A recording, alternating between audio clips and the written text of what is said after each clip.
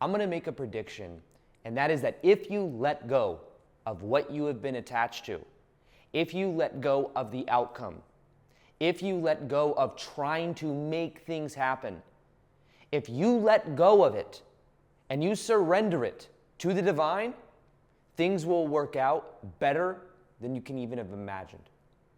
But you have to let go. And even as I say let go right now, you might be like, how do I let go? How do I do it? What are the steps I take to let go? And the question you really want to ask yourself is, why am I holding on? Why am I holding on? Do I believe that in order to feel safe in my reality, I must control what is happening?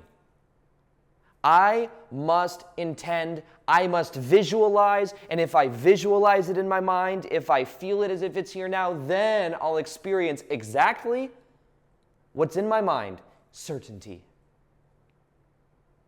What if I can then be right about reality? Don't you know life's not fair? Don't you know that people leave? Don't you know that I am responsible for other people's emotions and energies? Those are the beliefs that we have that keep us attached. So when you're talking about letting go, the reason it's hard to let go is because you get something out of the attachment. The attachment allows you to feel like you are right about reality, and the attachment allows you to feel in familiar energies that keep activated stories that maybe no longer serve you. So the process of letting go, it's really a simple choice. You just let something go. And what's funny is any area of my life I look at, the more I let go of outcome, of trying to force things to happen, and the more I get into the vibration of being, that's where things really begin to shift. Think of these two energies. One is, it is my job as the ego to control everything, to make things happen. Instead of giving it up to the divine, I must do it because I must manage safety. I must feel safe. Even if safe is in the familiar, it's in the known. So what happens is we create resistance. And instead, the vibration of being is when you're being it because it's who you choose to be and because you recognize that what you think of as control doesn't actually, first off, get you what you think you want, but also, even if you got everything and you felt completely in control, life would become boring. Life would literally be so boring. Imagine if everything you thought of, you immediately experienced, everything that you want from other people, they just started giving you, you would eventually get tired of it. You see that sometimes when people say, oh, I would like to be Justin Bieber famous. I would love that. I would feel so worthy, whole, and complete. You would, for about a week. And then every single time you go out, people swarming around you, asking you questions, trying to get a viral moment, over weeks and weeks and weeks, you'd eventually not want it anymore. You'd get tired of it. This thing you thought you wanted, you would eventually get sick of. Very often you think, oh, I want the money, right? I want a certain amount of money. So what happens is you see people that retire because they sell their company for hundreds of millions or billions of dollars, and then they become depressed.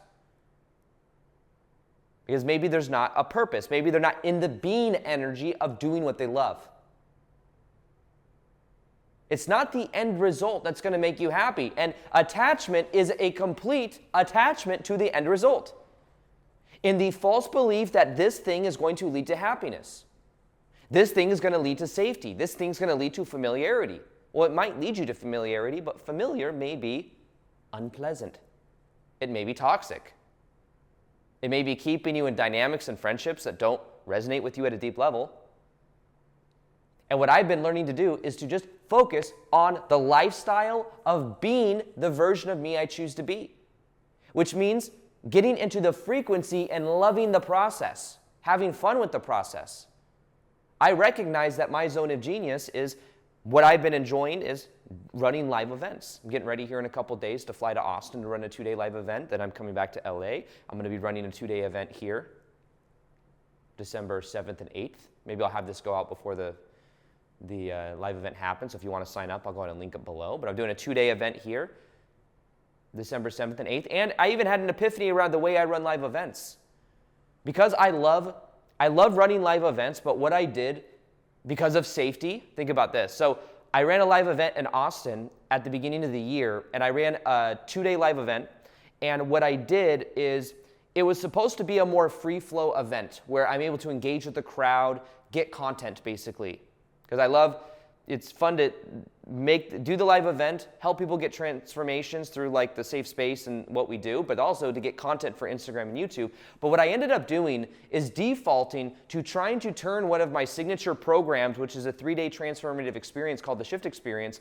I tried shoving that into 2 days out of a pattern of like, oh, this I really want people to transform to the deepest level, so I'm going to make a 3-day experience a 2-day experience. And I could tell it went well for everybody that was there, but it was like it wasn't what it was meant to be. What I'm actually excited about is getting into the unknown of engaging with the crowd more, answering questions, more interaction, more me, whatever information and energy is meant to come through when I get on stage in the unknown. That's the best content. When I start these YouTube videos, the best videos are the videos where I don't even really know exactly what I'm going to be talking about. Because it's a stream of consciousness. It's a flow state. And that flow state is enjoyable. But if I try to structure it and I try to plan it, I end up butchering it up. So in an interesting way, I'm recognizing that this next 2-day event that I start doing 1 and 2-day events as I travel. I'll be going to Miami after that in the beginning of 2025. It's more so what wants to come through, what meditations are good for the group, connecting to it in the moment, not needing to have it all figured out. That's where the most magic happens. But if I'm attached to, no, I need a specific 3-day experience to happen in 2 days, I end up limiting myself and feeling more stifled. So interestingly enough, the more I am able to get into the vibration of excitement of doing what I love, the more abundance, money, and everything comes because it's an energetic frequency state. So what I'm saying is letting go is really more about becoming aware of, instead of focusing on the end result outcome, focus on the present moment state. Following your excitement. More money comes as a result of more energy, more alignment. So I recognize that the more I get into the frequency of running live events and not forcing myself to make videos and content, the higher vibration will then bring new opportunities, synchronicities, and people into my life. But that comes from focusing instead on end result and outcome, focusing on the present moment right now. Right here, right now. This is where the magic happens. And instead of focusing on the outcome, focus on your state, following the thread of excitement. And based on trying different things. Sometimes I think we need to get out and try different things to find out the contrast of what do I like, what do I not like. And I've done this in many ways, even through creating content here on YouTube. For example, I realize one way I've been creating content recently is just following the thread of excitement. When I go live on Instagram, that's like one of my favorite ways to go live if it's not in person, which is my absolute favorite. It's to do it live on Instagram. And then what I've been doing is recording with 2 camera angles, me doing it, going live. And that energy of me not knowing what I'm going to talk about, just getting on live, interacting with people for like 40 minutes, that thing gets clipped onto a YouTube video. And that, for me, is one of the best ways I believe I can serve the people that watch my content. It's one of the best ways because I'm interacting with them. Whereas another way I was looking at creating content, for example, was I was realizing I'm more passionate when people are pulling energy and information out of me. So I was having someone on my team pull information out of me. But what I realized is having my actual audience do it pulls out a different side of me because it's the people I'm actually serving. So the live Instagram thing is a way to do that. Going live in person at live events is a way to do that, and that's what I'm moving into. But letting go is one of the necessary components of this shift in consciousness, is really what it is.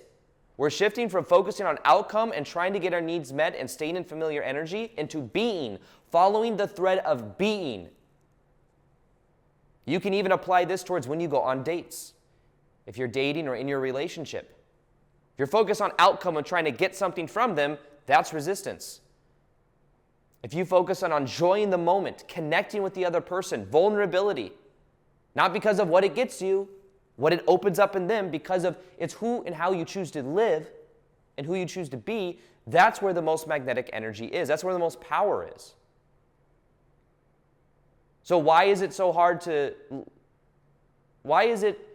how do you let go is really more so, why are you holding on and letting go of that why? Because the why is a false premise. Anytime I've let go of results from YouTube channel, like, it's funny, the more I get into the frequency of running live events and being in my zone of genius, the less I care about how is social media stats doing, how are views doing, how much is this growing, how much money is over here. It's more so, I just enjoy being in this frequency, and then all of these things work out. Well, a lot of times people are like, well, I'm trying to attract love, I'm trying to attract love, I'm trying to attract love. Stop trying. You're saying, what are you saying, Aaron? I shouldn't care about it at all? I'm saying you should let go of it completely and focus on enjoying your life, and then as you start enjoying a certain sector of your life, it leaks into other areas. So funny enough, the more I'm in my zone of genius and I'm passionate about being on stage and doing things in this dynamic, following that energy, the more all these other things work out. And also the less I care, because I realize it brings me more fulfillment to be in this energy than it does for me to get the validation, the approval, the likes, the dopamine hits from social media content. I'm also more proud of the content. I'm more excited about it. When I go on a podcast, another way I like creating content is getting asked questions on podcasts. Pulls in for it's. I love watching and seeing. Oh, the content is just so much more aligned, in my opinion, and I'm excited to put that out. If I have to force myself to make videos, that's control. In that energy, I believe what we feel, other people feel, so it creates resistance. So the degree to which you let go is the degree to which you allow magic into your life, but also realize the reason you're attached is because you actually believe that possibly control is going to lead you to the end result. It creates resistance. Have you seen it where someone's like, yeah, the way that we attracted love is I really, really, really tried, and I really, really, really wanted it, and I was thinking about it, and I was asking and going doing all the things, and it happened. Normally, there's an element in there of letting go. That didn't work. I completely let go. And then the options were there. Because you're not in the vibration of lacking and control. You're in the energy of being. And if there's one thing you can't control in life, it's relationships. The more you try to control, the more the other person tries to rebel, because it's balancing out that force you're putting out. Let go. Be free. Enjoy life. Focus on your zone of genius. The only thing you need to quote-unquote control is, instead of control, choose your focus and choose the passion of being, and recognize that from that energy state of being, your life will change and transform in powerful ways, but it doesn't matter because you enjoy life. Like the being is where the juice is. It's funny, this live event that I'm doing this weekend, it's like nerves are starting to go away because I've been running more and more live events. I just get excited. I'm like, I am excited. Whereas before I'd be like looking forward to like this big thing with this pressure. It's going away more and more. I've been going on bigger podcasts, and it's like, as I'm getting ready to go on, I'm like, I'm just excited. There's no nerves, really. Anything you do consistently, you start to associate pleasure with it, and then eventually it becomes more and more normal, and then you go for that feeling. I remember talking to a friend of mine that has had a live events company for like 10 years, and he's like, oh, you're just going to get addicted to running live events. I'm like addicted. I know that sounds like a negative word, but like you're just gonna love it. You're gonna look forward to it. You can't wait to do it. You're gonna come up with cool like ways to mix it into your life once you get into the momentum of it. And I'm like, I believe it.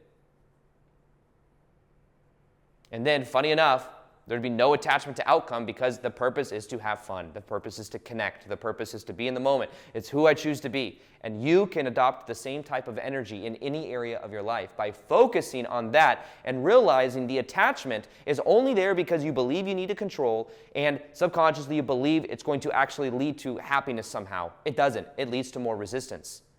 You make the choice to let it go by recognizing that it's not serving you. And then ask myself the question, can I let it go? Will I let it go? When? Is now the right time? Maybe it is. Now, one thing I'll be doing soon as well is more meditations every Monday, live meditations on Mondays. I'm going to be starting this up soon. I don't know if it's going to be every single Monday, but in the High Vibe Tribe, my free community, I'm going to be going live with meditations more often. I think it's very important. There's different days of the weeks where there's different themes. So if you want to join a group of people and be a part of a free community of people that are focused on elevating their vibration, letting go, healing in a deep way, removing limitations, then you can join below and join those meditations. And when I go live on Instagram, everything's, you'll see in the calendar section, everything is there if you want to join. It's called High Vibe Tribe. I'll go ahead and link it below. And then also, if you want a video that will take you deeper on how to surrender, how to let go from a recent Instagram live that I did, I'll go ahead and link it right here. Would you rather be right or would you rather be free? Sometimes we can be right about reality,